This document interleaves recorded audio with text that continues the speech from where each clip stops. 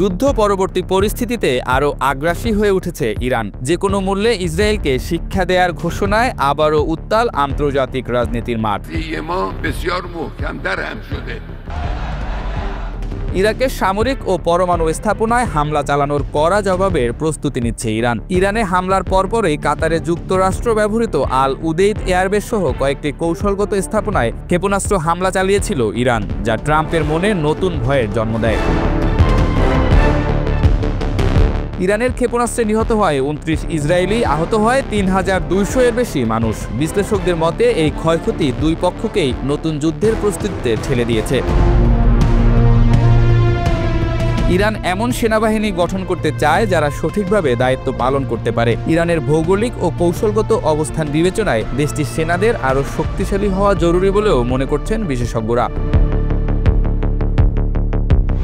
আন্তর্জাতিক চাপও ক্রমাগত বাড়ছে। যুক্তরাজ্য, ফ্রান্স ও জার্মানি E3 দেশগুলো হুঁশিয়ারি দিয়েছে আগস্টের শেষে তারা জাতিসংঘের নিরাপত্তা পরিষদে স্ন্যাপব্যাক ব্যবস্থা চালু করতে পারে। এতে কার্যত পুরনো সব নিষেধাজ্ঞা ফিরিয়ে আনা হবে। অক্টোবরেই মেয়াদ শেষ হতে যাচ্ছে ২০১৫ সালের পরমাণু চুক্তির।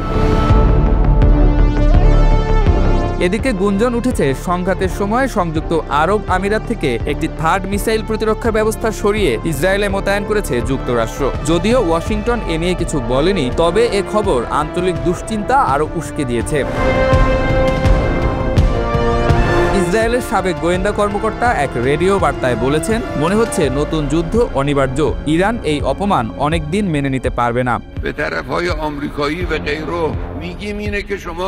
ইরানের সেনাপ্রধান জানিয়েছেন, প্রতিরক্ষা সক্ষমতা ও চিকিৎসা প্রশিক্ষণ ব্যবস্থাকে আরও আধুনিক করা হবে। তেহরান চাইছে যুদ্ধের ক্ষত থেকে শিক্ষা নিয়ে ভবিষ্যতের যে কোনো হামলা প্রতিরোধ করতে।